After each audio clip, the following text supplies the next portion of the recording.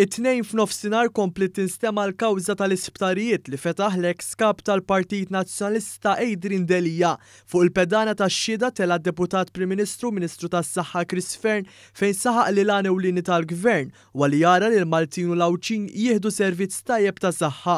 Quddiem l-imħallef Francesco De Pasquale, id-Deputat Prim Ministru qal li fil-kuntratt tal-isptarijiet kien hemm ukoll involuti esperti internazzjonali tal-mediċina minn Harvard fejn il-Ministru Fearn innifsu kien mar f'Boston u iltaqa' mal-mexxija ta' Harvard. Il-Ministru Fearn spjega kif għaddej in-negozjati bejn il-Ministeru għas-Saħħa, il-Ministeru għall-Finanzi kif ukoll l-Uffiċċju tal-Prim Ministru dwar it-twaqqif tal-konċessjoni u elenka li dan kollu se jsir mingħajr ma jiġi affettwat is-servizz tas-saħħa lill-poplu u spjega li madwar sena ilu iddaħħlu l-applikazzjonijiet għand l-Awtorità tal-Ippjanar biex isiru xogħlijiet fl-Isptar Salluqa u anke dak f'Għawdex.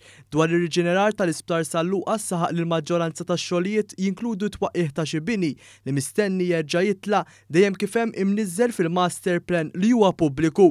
Dwar l-Iskola Medika ta' Barts f'Għawdex id-Deputat Prim Ministru qal li din hija eċċellenti. Fit-tmiem ix-xhieda tal-Ministru tas-Saħħa l-imħallef Francesco De Pasquale irringrazzja lid-Deputat Prim Ministru Fearn fisem il-Gvern għax-xogħol siewi li qed jitwettaq fil-kontroll tal-imxija ta' pajjiżna.